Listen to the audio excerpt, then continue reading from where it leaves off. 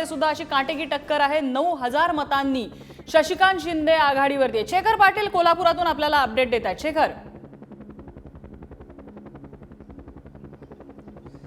नम्रता, आपण पश्चिम महाराष्ट्राचा विचार केला तर त्यामध्ये प्रामुख्याने महाविकास आघाडीचेच सर्व उमेदवार जे आहेत ते आघाडीवरती सध्या तरी पाहायला मिळतात। त्यामुळे महाविकास आघाडीनं पश्चिम महाराष्ट्र आता या ठिकाणी राखल्याचं पाहायला मिळते। कारण एकीकडे शाहू महाराज जे आहेत ते तिसऱ्या फेरी अखेर 11,000हून अधिक मतांनी आघाडीवरती पाहायला मिळतात, तर हातकणंगलेमध्ये सत्यजित पाटील सरोडकर जे आहेत ते 3 फेऱ्यानंतर 4,000 मतांनी आघाडीवरती आहेत। विशाल पाटील खरं तर त्या ठिकाणी अपक्ष उमेदवार आहेत, ते देखील मोठ्या मताधिक्याने त्या ठिकाणी सुरुवातीपासूनच आघाडीवरती पाहायला मिळतात। माढा मतदारसंघाचा विचार केला तर त्या ठिकाणी मोहिते पाटील आघाडीवरती आहेत आणि सोलापूरचा एक महत्वाचा मतदारसंघ ज्या ठिकाणी प्रणिती शिंदे आपल्या वडिलांचा 2 वेळचा सलग 2 वेळा जो पराभव झालेला आहे त्याचा वचपा काढताना खरं तर पाहायला मिळतात। कारण त्या गेल्या पहिल्या फेरीपासूनच सातत्यानं आघाडीवरती राहिल्याचे या ठिकाणी पाहायला मिळते आणि आता देखील आकडेवारी आलेली आहे। आताच्या फेरीमध्ये देखील प्रणिती शिंदे आघाडीवरती राहिल्याचं पाहायला मिळते। त्यामुळे एकंदरीतच विशेष करून साताऱ्याचं एक म्हणावं लागेल, कारण पश्चिम महाराष्ट्रात 2 महत्वाच्या